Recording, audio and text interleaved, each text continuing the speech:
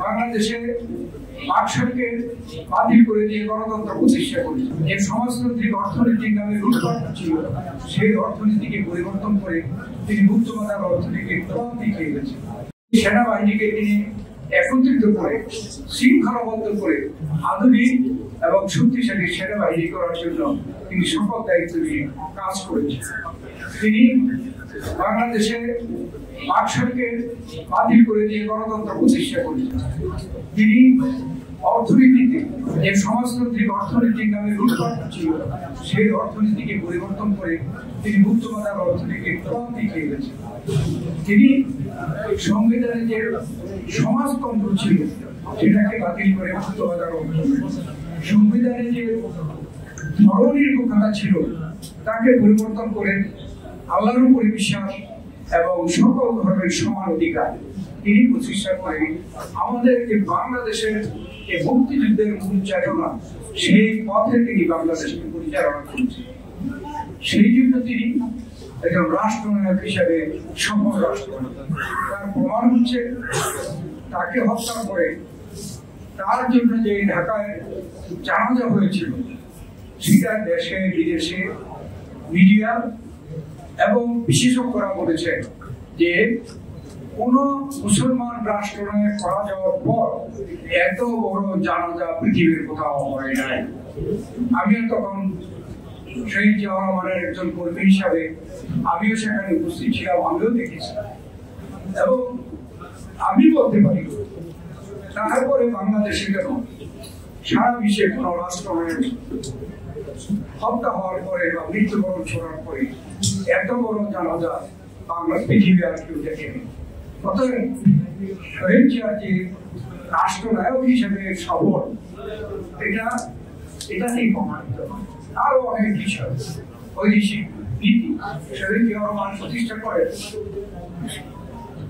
এর আগে ৭২ থেকে ৭৫ বদলির একটা বৈদেশিক নীতি হয়ে গিয়েছিল। তিনি তার বৈদেশিক নীতিতে সংবিধানে এবং আমার দলীয় কাঠামোতে পরিবর্তন আনেন যে আমাদের সারা বিশ্বের সকল দেশ হবে বন্ধু, আমাদের কেউ পঙ্গু হবে। সেটাই তিনি করেছি, এখানে প্রতিপালন করেছেন। সেই জন্য তিনি যে বাংলাদেশি জাতীয় দল, শুধু বাংলাদেশ হবে আমাদের ইন্টারেস্ট, সেটা প্রমাণ করেছিলেন। আর একটা বিরুদ্ধে তিনি জাতিসংঘে পর্যন্ত নিয়ে উত্থাপন করেছিলেন। তারপরে যে একটি দ্বীপ, সেই দ্বীপ পার্শ্ববর্তী দেশ জোর করে নিয়ে লেগেছিলেন, তিনি ওই দ্বীপকে রক্ষা করেছিলেন। তিনি সারা বিশ্বে মুসলমানদের বিরুদ্ধে তিনি এমন পপুলার ছিলেন যে মুসলিম বিশ্বতে যে সকল অসুবিধা ছিল, ইরান ইরাক যুদ্ধ, কুয়েত ইরাক যুদ্ধ, এগুলোর ব্যাপারে মধ্যস্থতা করে তিনি বিভিন্ন কমিটির নেতৃত্ব দিয়েছেন। সেই কারণে শহীদ জিয়াউর রহমান টার্গেট হয়ে যায় যারা বাংলাদেশকে উন্নত এবং স্বনির্ভর হতে দেখতে চায় না, তারা জিয়াউর রহমানের শত্রু হয়ে যায় এবং তাকে অসময়ে হত্যা করে। যাই হোক, রাষ্ট্রনায়ক হিসেবে সম্ভব তিনি সৈনিক ছিলেন। তিনি যে রাজনীতিতে এই বাংলাদেশে এত বড় দায়িত্ব পালন করবেন কেউ বিশ্বাস করেনি, কিন্তু শহীদ জিয়াউর রহমান চিন্তা করেছিলেন যে তিনি যে মুক্তিযুদ্ধের চেতনা অনুযায়ী যে বাংলাদেশকে পরিচালনা করতে চান, সেটা পরিচালনা করার জন্য একটি রাজনৈতিক দল হওয়া দরকার।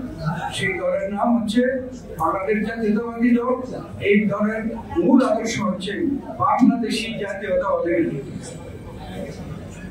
এর আগে আমি হয়তো ভুল করে বলিনি যে তিনি আমাদের যে জাতিসত্তার পরিচয় আগে বাঙালি ছিল, সেটাকে তিনি পরিবর্তন করে বাংলাদেশি জাতীয়তাবাদ পরিচয় দিয়ে গেছেন, যেটা এখন পর্যন্ত কেউ পরিবর্তন করতে পারেনি। সৈনিক হিসাবে সফল, রাষ্ট্রনায়ক হিসেবে সফল, আজকে বিএনপি তিনি প্রতিষ্ঠা করে গেছেন। তাকে হত্যা করে অনেকে মন্তব্য করেছিল যে minus Ziaur Rahman, BNP will be zero. অর্থাৎ জিয়া রহমান ছাড়া বিএনপি থাকবে না। কিন্তু আপনারা দেখেছেন জিয়াউর রহমানের উত্তরসূরি দেশনেত্রী বেগম খালেদা জিয়া অতি সাহসের সাথে এই বিএনপির হাত ধরে তিনি এরশাদ বিরোধী 9 বছর আন্দোলন আপোষহীনভাবে করে এদেশে আরেকটি স্বৈরতন্ত্রকে পতন ঘটিয়ে এদেশে তিনি একটি সংসদীয় গণতন্ত্র প্রতিষ্ঠা করেছেন এবং এরপরে বাংলাদেশকে শহীদ জিয়াউর রহমানের প্রদর্শিত পথে দেশকে পরিচালনা করে অনেক ক্ষেত্রে অনেক